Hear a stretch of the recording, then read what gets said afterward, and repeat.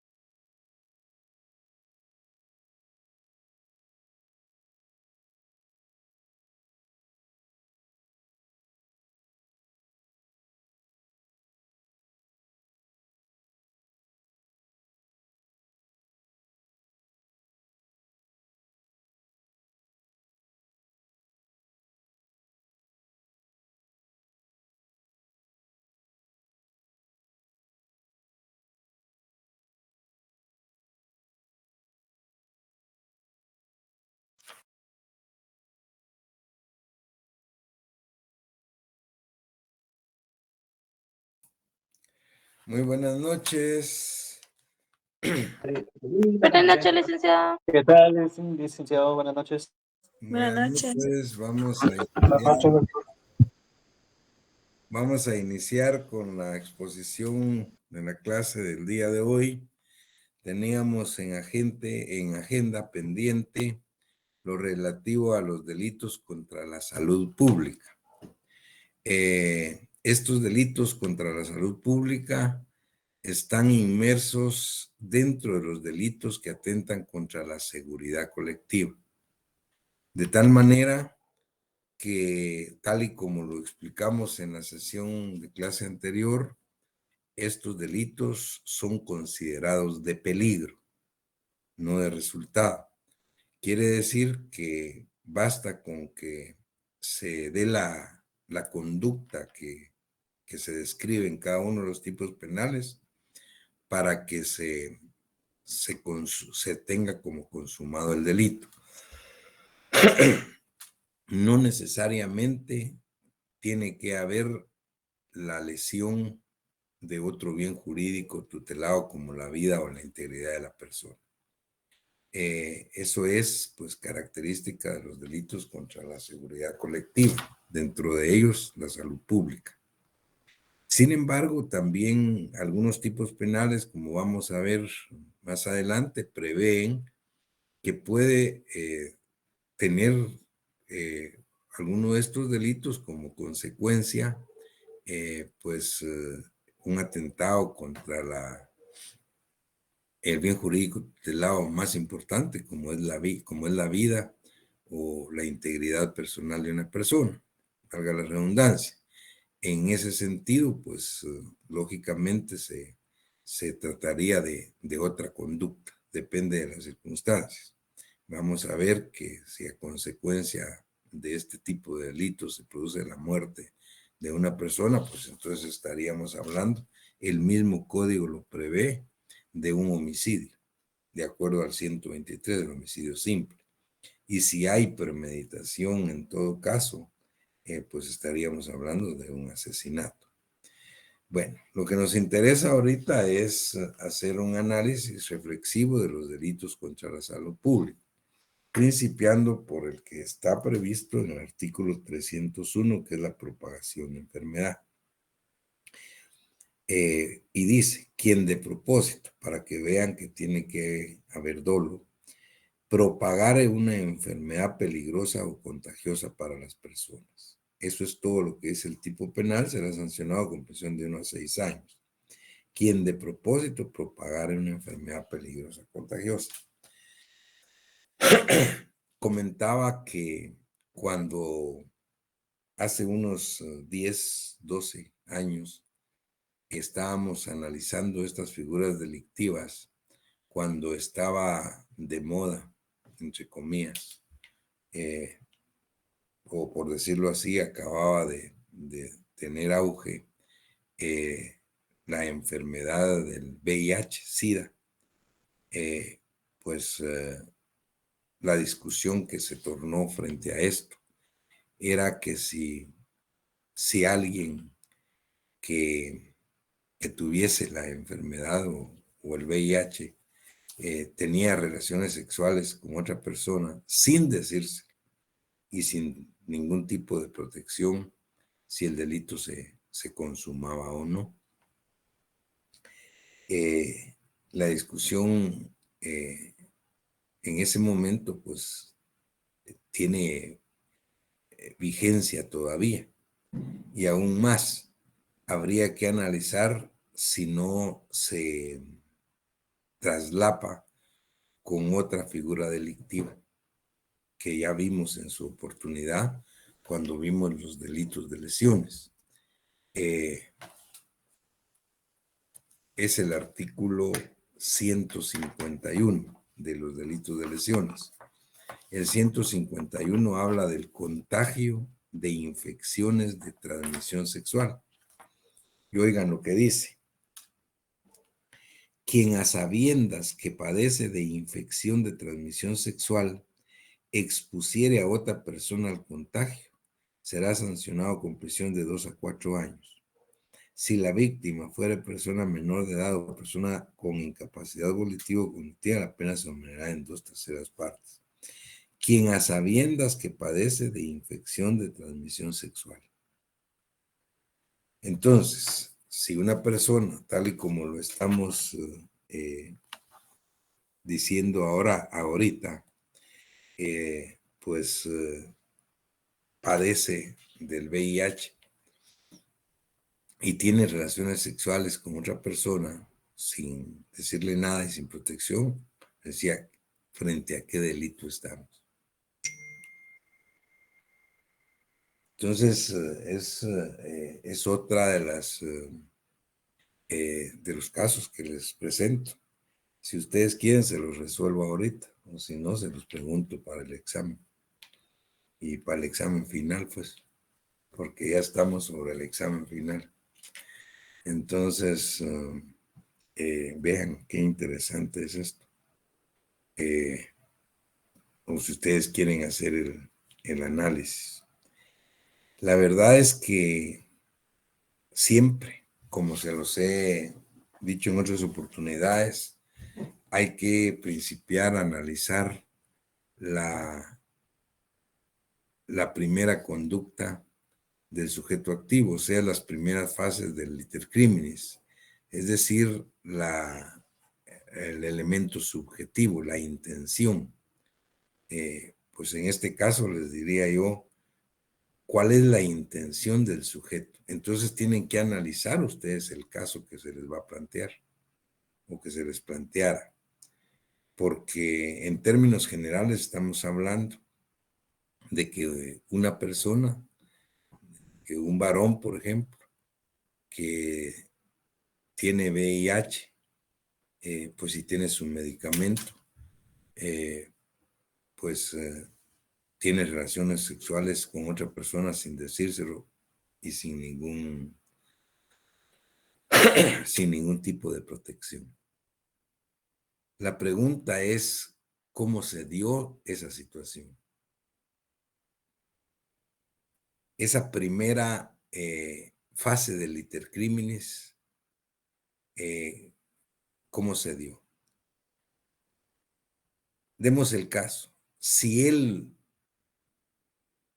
como sucedió cuando me lo preguntaron hace más de 10 años en la facultad, lo que me plantearon es el caso de un muchacho de color en Estados Unidos que pues la enfermedad acababa de tomar auge y él pues le habían dicho que efectivamente era positivo. Entonces el muchacho venía prácticamente descontrolado, se venía sacando sangre y con la misma jeringa en el metro, en el bus, inyectándoselo a otras personas. Pues. Esa fue la pregunta que en qué oportunidad me hicieron en la clase. Entonces les decía, veamos cuál es la conducta del sujeto. Él lo que quiere es tan mal por lo que le dijeron. Y entonces si yo estoy así, que todo se ve, que a todos les pasa. Mal de muchos, consuelo de tontos, ¿no? Bueno, si esa tal y como era la intención de ese sujeto, no hay más que el 301, propagación de enfermedad. Dice, quien de propósito propagare una enfermedad peligrosa o contagiosa. Porque ahí sí, el propósito era ese. Imagínense ustedes sacarse sangre para inyectarse en los demás, en un bus. Ahora, la situación que se da en una pareja de enamorados, por ejemplo, donde el sujeto pues padece del VIH y está muy controlado, ya tiene tiempo de tener sus medicamentos, no hay ningún problema, pero obviamente él nunca le ha contado a su novia, pareja, porque sabe que le podía dar problemas. Y en un momento determinado, pues se dan las circunstancias para que llegara a tener una relación sexual y la tiene. Y él no le dice, ni usa ningún tipo de protección. No es el mismo caso del que le estoy diciendo.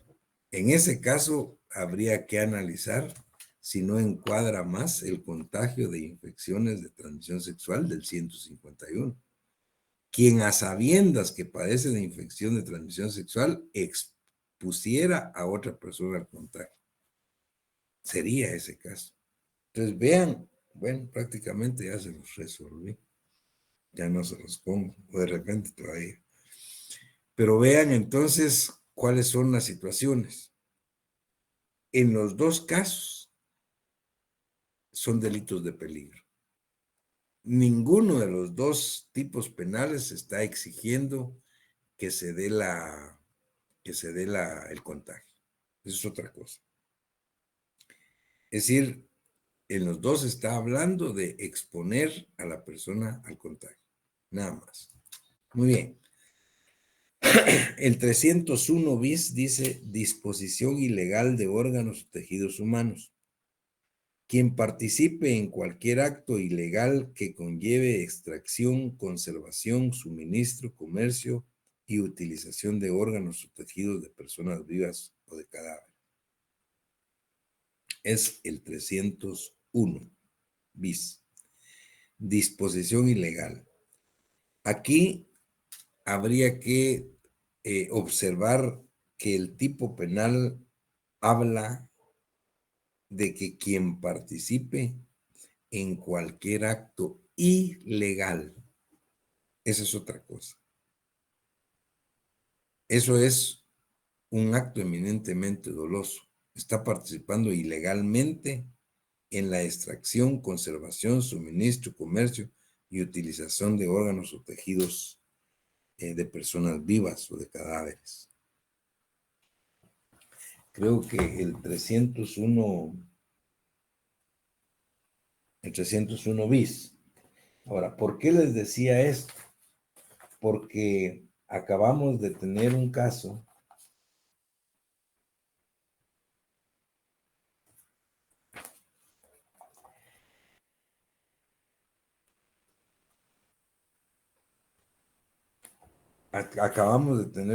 estaba analizando esto.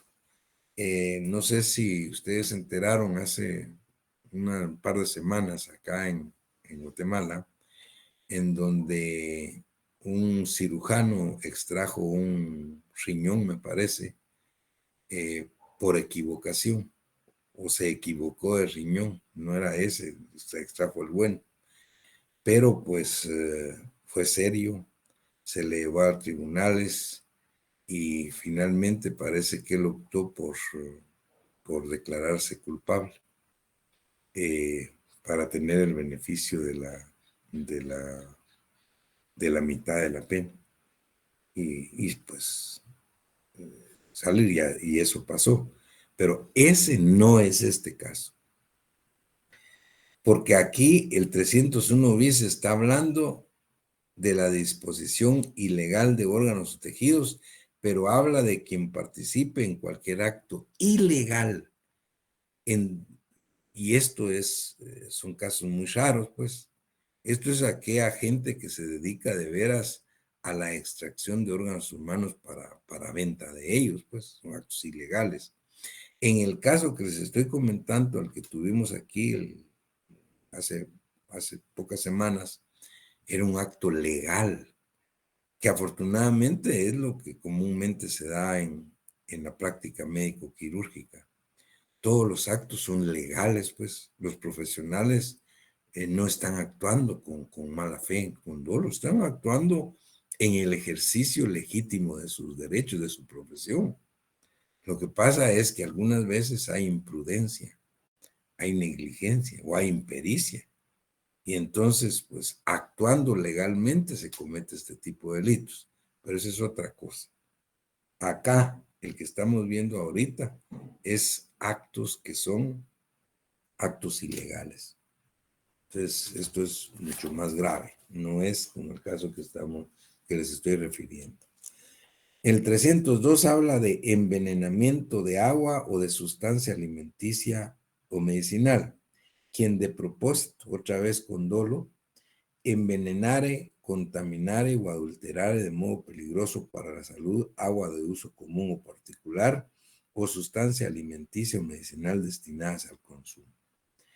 Estos son eminentemente dolosos, pero vean lo que estoy explicando. Es que aquí no se está diciendo, es decir, el delito se consuma solo con envenenar, contaminar o adulterar el agua o los alimentos. No, aunque no haya ninguno afectado, aunque no se lesione la salud de nadie, ni la vida de ninguno. El delito es un delito de peligro. Basta con envenenar o con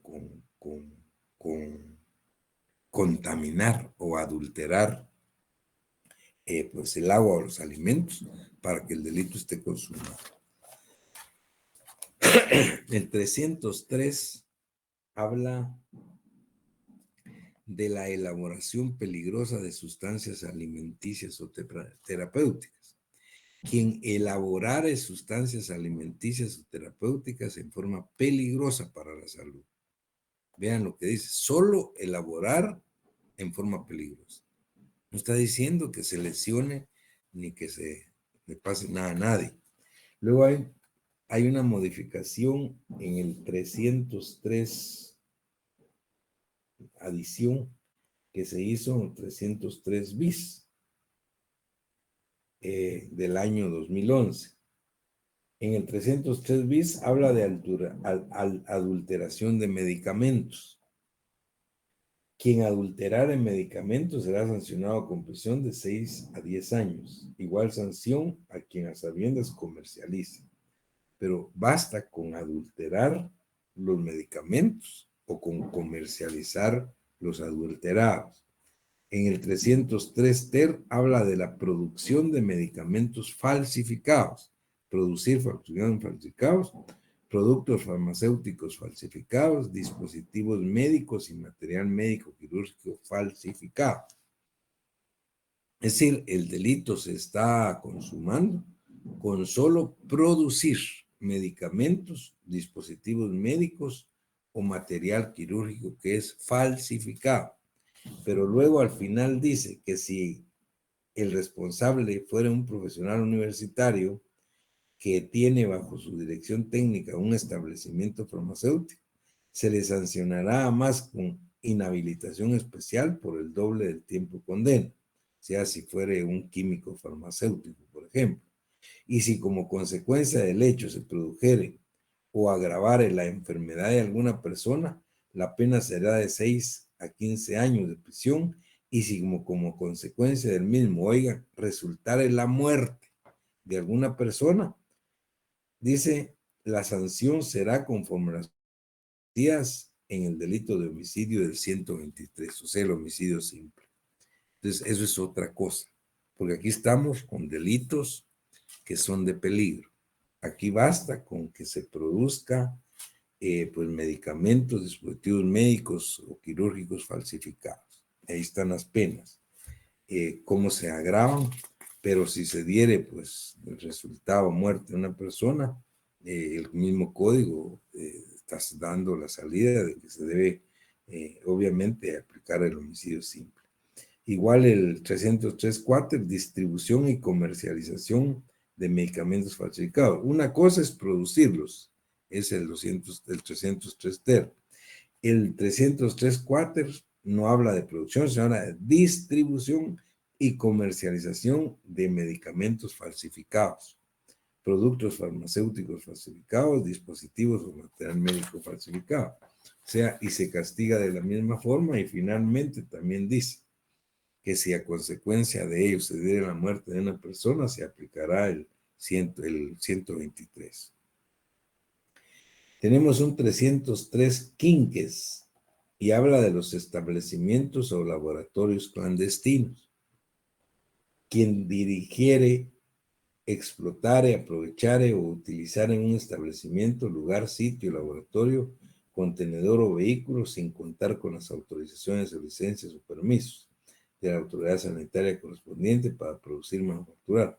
Aquí está hablando de que el delito se consuma con el hecho de tener laboratorios, sin contar con la autorización, con la licencia o con los permisos. Esto no tiene nada que ver con otras lesiones a bienes jurídicos a consecuencia de ello. Muy bien.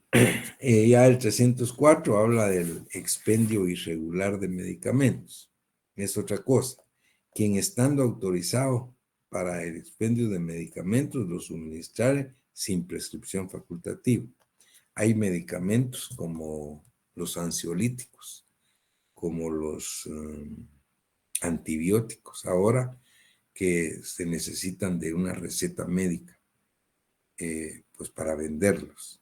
El hecho de que se vendan pues legalmente en una farmacia, pero no se exija o no se pida la receta médica, es un expendio irregular, y eso consume el delito, aunque no haya otro resultado.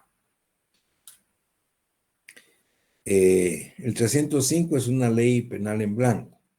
Quien infrinja las medidas impuestas por la ley o las adoptadas por autoridades sanitarias para impedir la introducción o propagación de una epidemia, plaga vegetal o de una episotía susceptible de afectar derechos los seres humanos, se ha sancionado.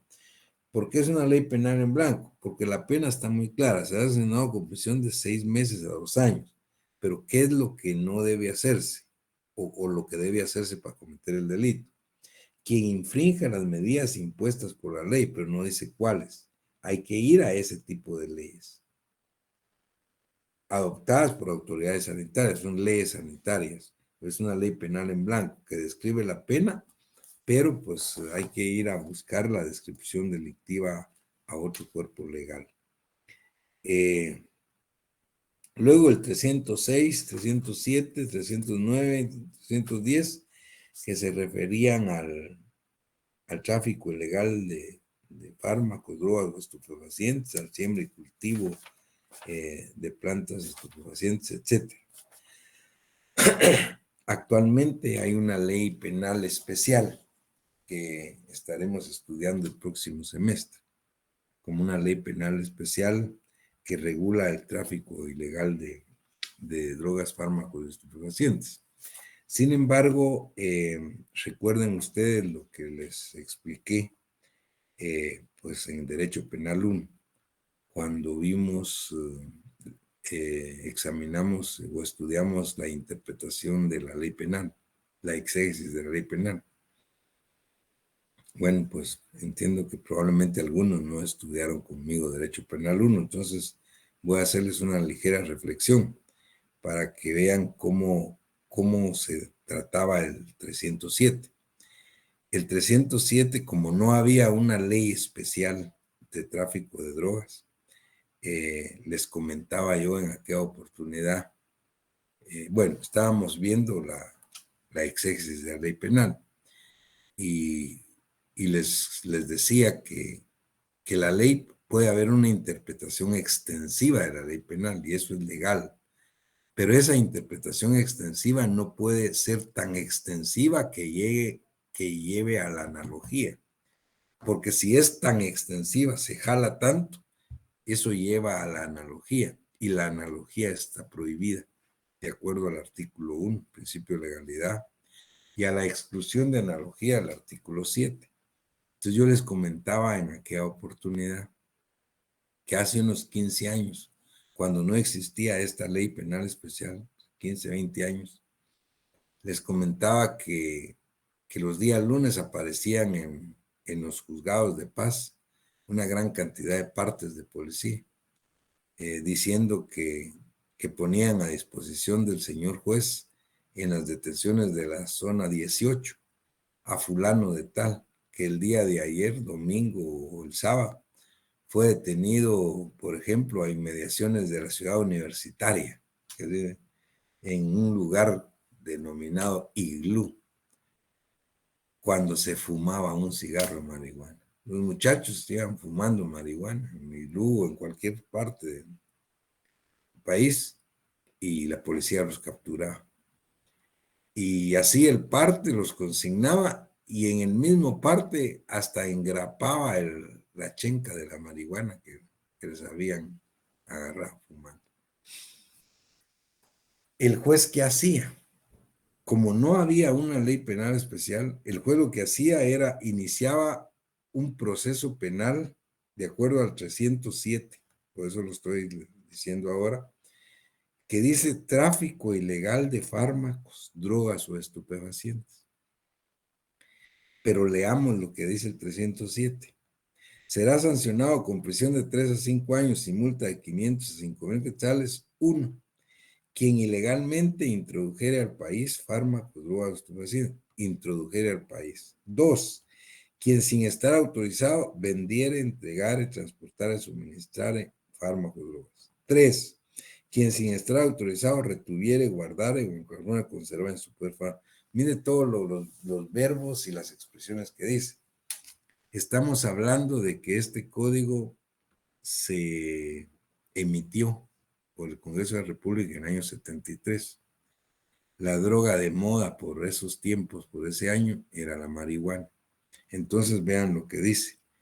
Ahora la pregunta es, ¿cómo es posible que aquí estén verbos como introducir al país, como vender, entregar, transportar, suministrar, retener, guardar, pero no está fumar?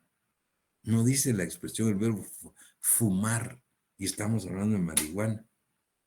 Era raro, ¿no? Entonces la discusión que teníamos en la universidad, en la cátedra, en ese tiempo, era, bueno, ¿será que a los legisladores en el Congreso, a los diputados, se les olvidó poner fumar? Bueno, pero ¿cómo se les iba a olvidar? Estamos hablando de marihuana. Estamos hablando de cigarro, no piensa en fumar, ¿no? Si uno habla de cerveza, ¿qué se le debe tomar, ¿no? Beber? Pero, bueno, ¿por qué no está fumar? Entonces la pregunta era, la discusión, ¿será que al legislador se le olvidó el verbo fumar marihuana? ¿O será que no lo quiso prohibir? Esa era la discusión. Entonces decían, bueno, ¿por qué los jueces entonces empiezan el proceso penal por tráfico ilegal? Y entonces ellos decían, algunos que lo aplicaban porque era discutible, decían, es que lean lo que dice el numeral 3. Quien sin estar autorizado retuviere, guardare o en cualquier otra forma conserve en su poder. O sea que el que está fumando está conservando en su poder. Entonces decía, bueno, eso está jalado. Eso es una interpretación extensiva que llega inmediatamente a la analogía, porque es raro que se le haga, no. Y claro, ¿quién fue el que hizo el proyecto de Código Penal que tenemos? Fue un eminente profesor de Derecho Penal de nuestra Facultad de Derecho San Carlos, el doctor Gonzalo Menéndez de la Riva. Era un gran estudioso de Derecho Penal. Y don Gonzalo Menéndez de Arriba definitivamente advirtió, como se discutía en los eventos internacionales, que los muchachos estos, que andaban fumando marihuana, estos no eran delincuentes, no eran victimarios, pues. Los que fumaban marihuana, drogaditos, son víctimas. Ellos son víctimas, no son victimarios. Ellos están jodidos, ¿no? Están enfermos. Eso es como cuando apareció el SIDA, decir que el que andaba con SIDA había que procesarlo, pues, porque andaba y podía infectar no, es como él no es delincuente, es una víctima. Entonces, probablemente el profesor, el doctor Gonzalo Méndez de Arriba, por eso fue que no usaron el verbo con fumar. Es más, actualmente se discute mucho vean ustedes, la mayoría de legislaciones penales en el mundo moderno, pues el verbo consumir marihuana, pues por enfermedad o recreativamente es permitida en muchos estados. Porque ellos dicen, una explicación es que está científicamente comprobado que el alcohol es mucho más grave que la marihuana, pues. Y además es la venta y la prohibición lo que hace el tráfico, lo que lo vuelve muy caro. La verdad es que Guatemala hoy día, nuestro país, tiene una buena legislación de tráfico ilegal de drogas. Creo que es muy técnica, ahora van a ver ustedes en el próximo semestre. Y Guatemala no está permitiendo, no está legalizado el consumir, está prohibido. Lo único, pues, que es de manera muy leve, era muy leve. Pero ahora está claro, pues no hay ningún problema. Pero les comento esto y les traigo a cuenta lo que decía el 307 antes de que existiera esta ley. Por eso era el comentario, para recordarles su derecho penal 1 y la interpretación de la ley penal. Muy bien. Luego de eso, el 311 habla de inhumaciones o exhumaciones. Es otra ley penal en blanco. Quien practicara inhumación o exhumación o traslado de un cadáver o restos humanos contraviniendo disposiciones sanitarias será sancionado con prisión de 1 mes a 6 meses y multa de 50 quetzales. Esta es una ley penal en blanco también. Dice, porque ustedes saben que para poder exhumar un cadáver y trasladarlo de un lugar a otro, en el cementerio, en cualquier lado, hay unas disposiciones que regulan cuánto tiempo tiene que haber pasado desde que fue enterrado. Y si fue a flor del suelo, de tierra, es un tiempo, y si está en nicho es otro tiempo. Pero eso, ¿dónde está? Eso está en disposiciones del Código de Salud. Y entonces en el 311 dice: quien practicara inhumación, exhumación o traslado de cadáver contraviniendo las disposiciones sanitarias, pero no dice cuáles, hay que irlas a buscar allá. Por eso se dice que es una ley penal en blanco. Lo que aquí está es la pena, la sanción, pero lo que no debe de hacerse, o lo que debe de hacerse para cometer el delito, hay que buscarlo en otra ley. Y luego el 312, la verdad es que habla de delitos culposos. Todos estos delitos de que estamos hablando contra la salud pública, que son delitos también contra la seguridad colectiva, son dolosos. Pero el artículo 312 dice: si los hechos comprendidos en los artículos 301, propagación de enfermedad; 302, que es el envenenamiento de agua; 303, elaboración peligrosa de alimentos; 304, expedir ingresos irregular de medicamentos, se hubieran cometido culposamente, culposa, ya no dolosa, será sancionado con la pena que al delito corresponde, rebajada en 2/3 partes. O sea que el código prevé la posibilidad acá de que también se den este tipo de conductas de manera culposa. De manera culposa es cuando se está actuando legalmente, pero se actúa por imprudencia, por negligencia o por impericia. Con esto estamos finalizando este tipo de delitos, y prácticamente pues nos queda ya la parte final de nuestro programa, que vamos a abordarla inmediatamente después del segundo parcial, y se refiere a los delitos contra la fe pública y el patrimonio nacional. Los delitos son de mucha importancia. Para los que de ustedes les gusta derecho penal y ir estudiando esto adelantado, quisiera pues comentarles algo rápidamente. Cuando hablamos de delitos contra la fe pública, que va a ser el último grupo de delitos que veamos en nuestro programa, para nosotros esto es muy importante. Yo les comentaba, no sé si a ustedes o a otro grupo de compañeros, que nosotros tenemos una profesión privilegiada. ¿Por qué?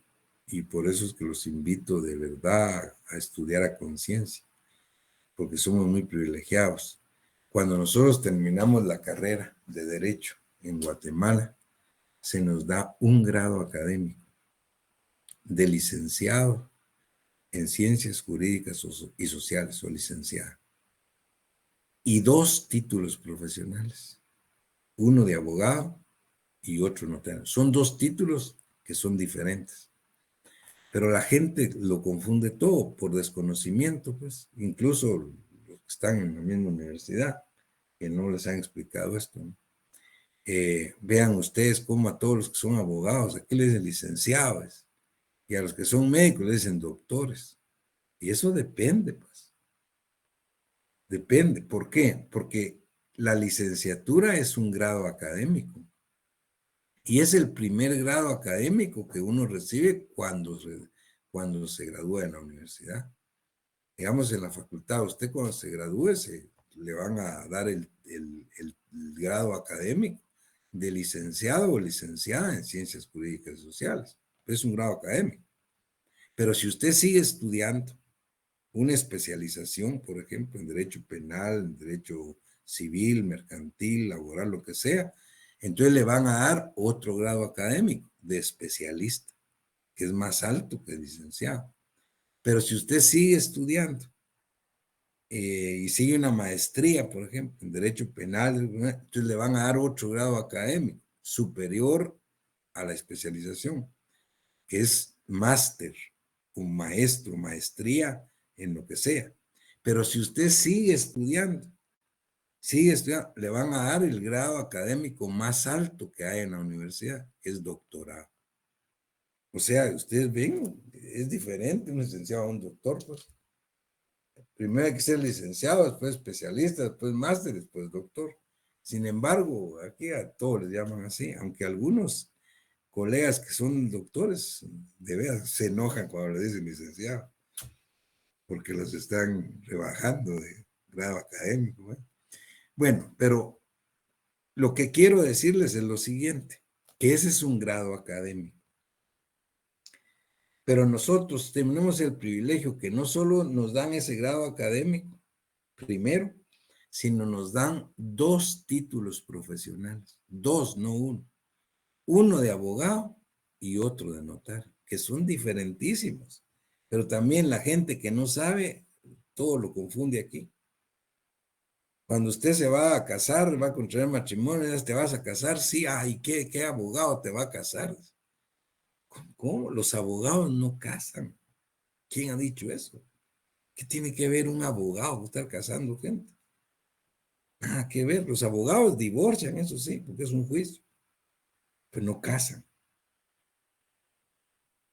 Usted va a comprar su casa, su terreno, vas a comprar un carro, así va a comprar, y vamos con el abogado, dice acá, el abogado no hace compraventas, pues, ni de casas, ni de terreno, ¿no? ¿Qué tiene que ver el abogado con eso? Pero todo lo confunde por no saber la gente, ¿no? Pero usted sí lo tiene que saber. ¿Quiénes son los que casan, los que hacen compraventas, son los notarios? Que es otra profesión, los notarios. Y nosotros tenemos el privilegio porque a nosotros nos dan los 2 títulos. En la mayoría de universidades en Latinoamérica, en Estados Unidos, en Europa, en España, usted estudia 5 o 6 años, le dan su título de abogado, nada más abogado. Aquí son 2. Entonces les decía que cuando uno va a un evento al extranjero y se va a inscribir, le dicen, ¿cuál es su nombre, fulano tal? ¿Cuál es de dónde viene? Guatemala. ¿Cuál es su profesión? Abogado y notario. ¿Cómo? ¿Abogado y notario? Le dicen, sí. Mis respetos, ¿va? O sea, la gente dice, puchica, es un intelectual, pues. Es como que a usted le preguntaran aquí, mire, ¿y usted qué profesión tiene? Y que diga, soy abogado y soy médico y cirujano. Así se oye, pues, son dos cosas diferentes. Diferentes. Pero es lo que no se comprende. Ahora, ¿quién es un notario? Y a eso iba. Y bueno, ya empecé a dar la clase. Ya no era eso lo que quería, pero ya es la introducción. Porque son delitos contra la fe pública. ¿Y qué es la fe pública? El notario tiene un espaldarazo jurídico que da el Estado. Todos los notarios, todos los que somos notarios en Guatemala tenemos la calidad de funcionarios públicos, porque así dice la ley. ¿Por qué? Porque actuamos en nombre del Estado. Se nos ha dado de parte del Estado un espaldarazo jurídico para que en nombre del Estado autoricemos matrimonios, autoricemos compraventas. Ese es el trabajo de un notario, pues. Y cuando hablamos de los delitos contra la fe pública, que son los que vamos a estudiar después del examen, son delitos donde lo que se pone en lo que atenta contra la fe pública es la falsedad, las falsedades. Entonces vamos a ver, y ahí es lo delicado en nuestras carreras, pues. Un notario tiene fe pública, imagínense que haga mal uso, como hay mucha gente tal vez, que hace mal uso de su fe pública. Dios guarde, eso es muy delicado. Es decir, esa es la falsedad en documentos, en personas, en una serie de situaciones, hasta falsificación de moneda, qué sé yo. Y eso es lo que vamos a estudiar pues, en la parte final del programa. Así es que ya les adelanté algo, espero que hayan empezado a interesarse. Muchas gracias por su atención, pasen feliz noche y les deseo éxitos en sus segundos parciales. Que estén bien. Feliz noche, doctor. Gracias. Feliz noche, doctor. Muchas gracias. Feliz noche, doctor. Gracias. Muchas gracias.